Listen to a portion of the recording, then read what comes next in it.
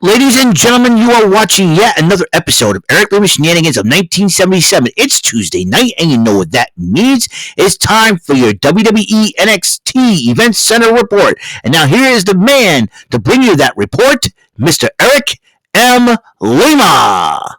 Thank you very much, Mr. Announcer, sir. Well, hello there, everyone. Welcome to yet another episode of Eric Lima Shenanigans of 1977, episode 1667, and it is WWE Week continues on with this episode, this latest episode of NXT. It's getting bigger and bigger and bigger.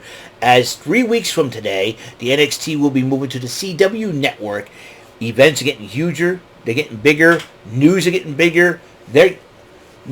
And I'm telling you, it's probably one of the most insane episodes of NXT. You want to leave it the USA Network, you go out on top, you do whatever it takes, throw out all the stops here.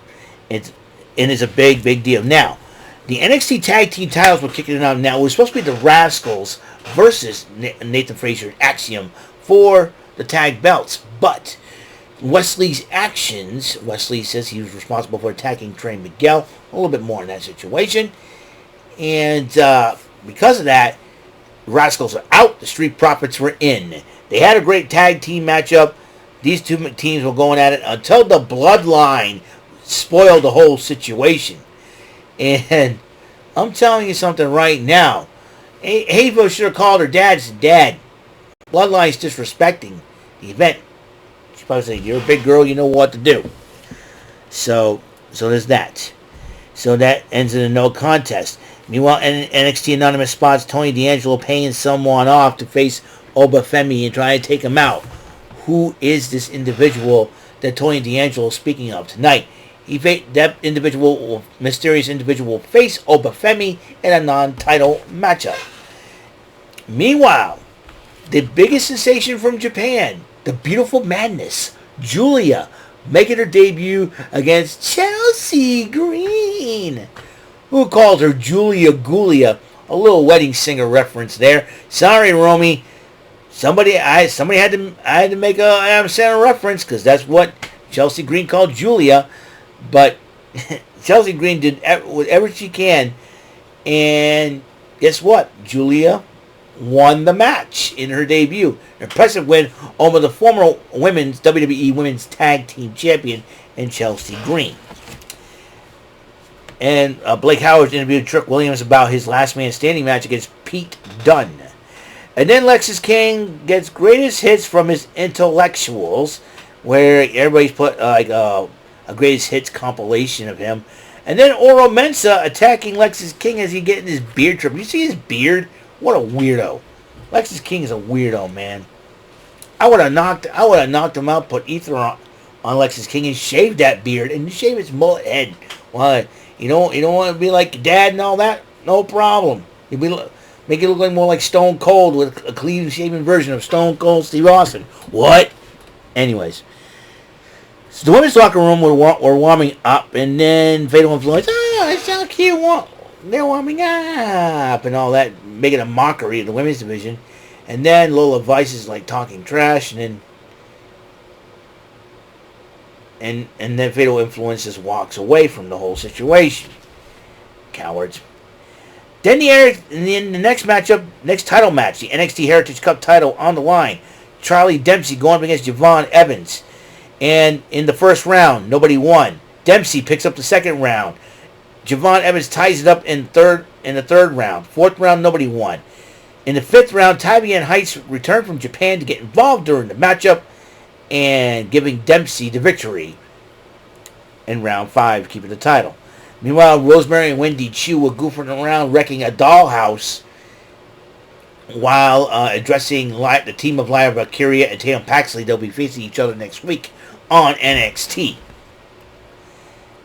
Then Sarah Schreiber interviews Ethan Page and said he doesn't care who wins this matchup.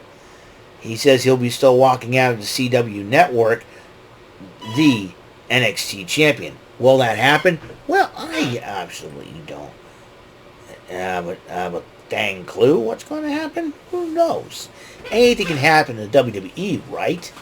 Right. So, So Oba Femi, the North American champion, getting ready to face the individual that was paid off by the Don, Tony D'Angelo. And boy, did the Don pick up a good one. This was a shocker. Hammerstone arrived in NXT to do the bidding of Tony D'Angelo. Hammerstone. I'm like, okay, this ought to be fun. Big, meaty men slapping meat. Because Hammerstone's a big boy. And I told everybody on the Popcorn Panel podcast, so I meant to apologize to you guys on there and say, hey, and I didn't mean to interrupt, but I thought Jordynne would be interested in it because everybody was talking about this Hammerstone guy. So I say Hammerstone. If you haven't heard, I think Hammerstone, he was part of the Dynasty with Richard Holiday and MJF at one point. And then he was part of MLW, one of the most dominant champions there until he went to TNA. So, but seeing him on NXT is crazy. These two men beat the you-know-what each other, but in the end, Oba Femi beat him, and it seems like I was just saying, Don, who's next on your list? Well, I think Stacks is living the best life ever because, dude, you see some of the pictures of Ariana Grace on X.com? Stacks, you lucky son of a gun, you. Tell you one thing, you get a girl like Ariana Grace. Ariana Grace is starting to grow on me a little bit, to be totally honest.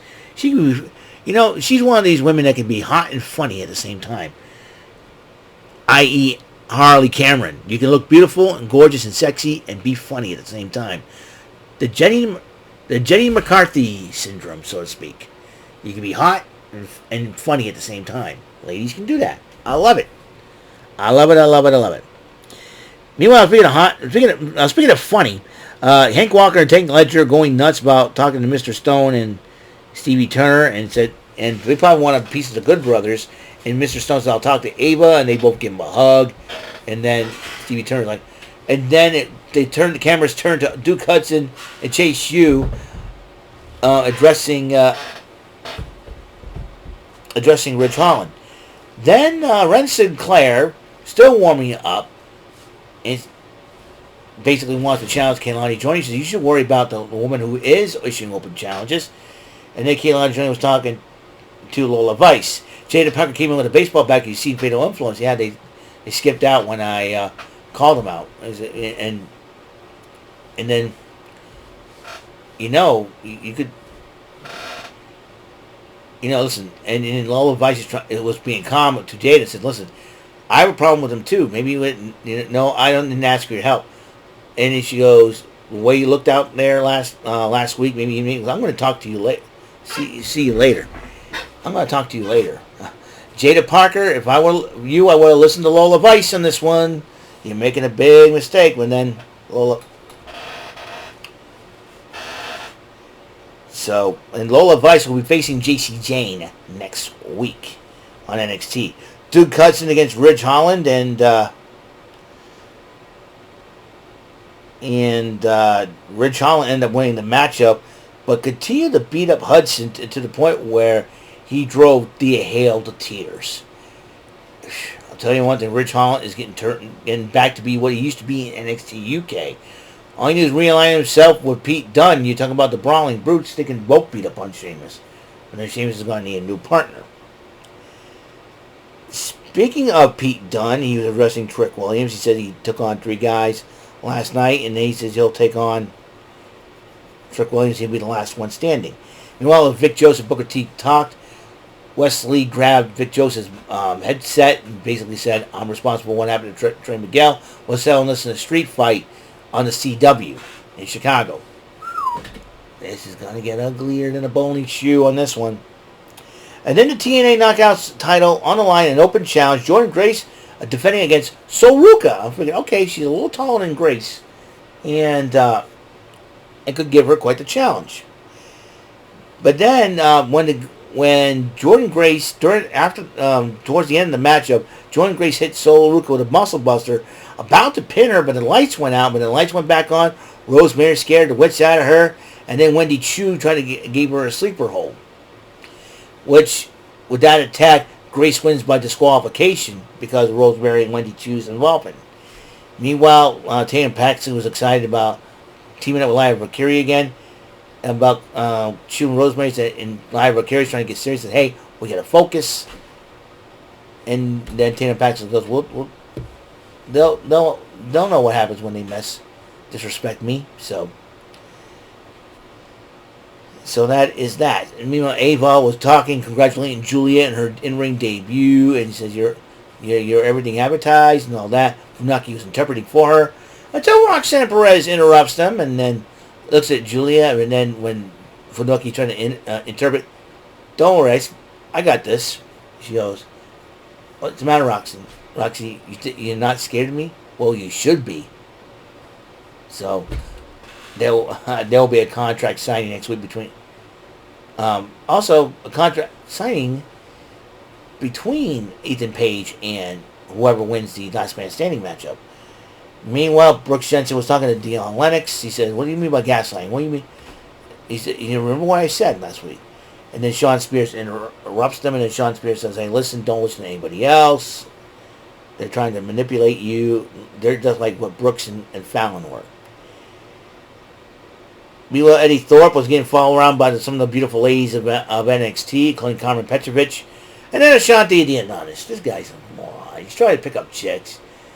And he thinks that Eddie Thorpe is a hypocrite. And they're about to confront each other next week. I hope Eddie Thorpe beats the snot out of that punk. He has no respect for the ladies of NXT. Then the last man standing matchup. Trick Williams went on one-on-one with Pete Dunne. Ethan Page was getting involved in the match during the matchup, but then at the last minute, Trick Williams suplexed Ethan Page through a table. He got up in time, and the submission. He got up at the count of 10. He wins the matchup. Contract signing between those two gentlemen next week. Meanwhile, towards the end, Ava was talking to Mr. Stone and Stevie Turner on the phone. They say, "Oh, it's CM Punk. He's coming next week to NXT to make an announcement." So this is going to be fun. CM Punk in NXT next week. I'll tell you one thing. Final 2 weeks of NXT on USA, they're going all out now. So that you can advertise for the CW. And speaking of the CW, it looks like the women's tag team champions want to be there. So that's crazy. And Tyrese Halliburton of the Indiana Pacers wants to be there as well. Shawn Michaels goes, "Come on out." This is going to be, and it's going to be totally insane. We don't know what's going to happen. This is going to be great. So, as WWE Week continues on the USA Network, this Friday, SmackDown on the USA Network. It's going to be a lot of fun. Looking forward to that. Also, let's see what's going to happen tomorrow. It's September 11th. A couple things are happening. We all know what happened 23 years ago. Condolences, prayers, and speaking of which, I want to address this, and I forgot to. James Earl Jones passed away. Voice of Mufasa. He was the neighbor, the Sandlot owner in the Sandlot. Of course, part of the Field of Dreams. It's Kevin Costner's good friend. He was Chief Thad Green of MathNet on Square One Television, and he was the barbarian leader in Conan. He was the voice of Darth Vader. Right? The man was a legendary actor. God rest his soul. Rest in peace, James Earl Jones. You will be missed. You are a legend in the acting world. Forever be respected, quite the thespian that you are. Rest in peace, Mr. Jones.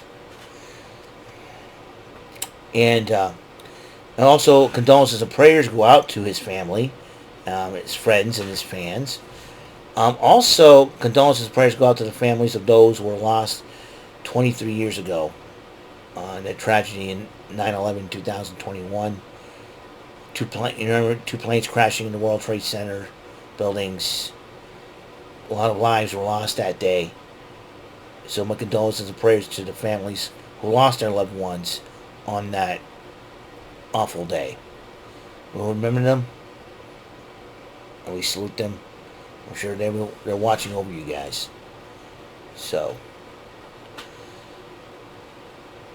rest in peace.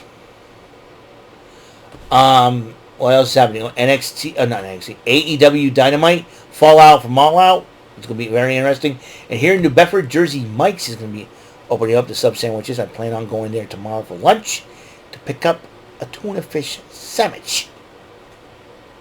And it's hard to find a parking space over there. I'm going to have to park at Market Basket and take a walk over there, for those sakes. Anyways, so that's how I feel about it. Let's see. What else?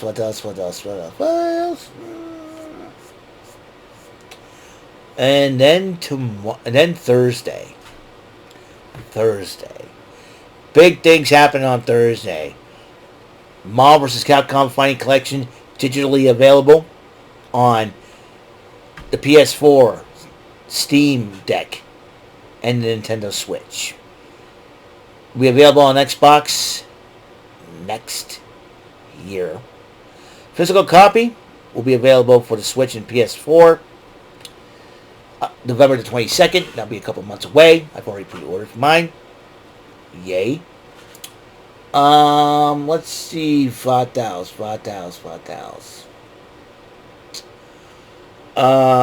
We got the Popcorn we got Dugout Crew podcast as we go towards the end of the season. As we're, now 2 weeks away from the end of the season, just about. Then we got the Rant and Rape podcast. So we shall see what happens this coming week. I'm telling you, I'm looking forward to everything that happened this week. So that is all the time we have on the show. Episode 1667 of Eric Lima Shenanigans, 1977.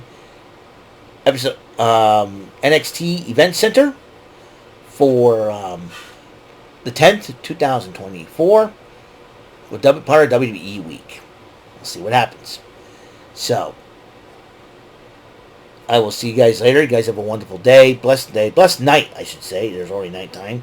It's already 10:48 p.m. And until next episode comes rolling around, Mr. Announcer, take us home. That is all for today's episode. This is your announcer speaking for Eric Lima Shenanigans of 1977. A Big Beefy E, do it for Bob Saget Productions, and in association with a Raven Bofa Telepictures and Distribution. Thank you for watching today's episode. Tune in next time for another episode of Eric Lima Shenanigans of 1977. Goodbye for now.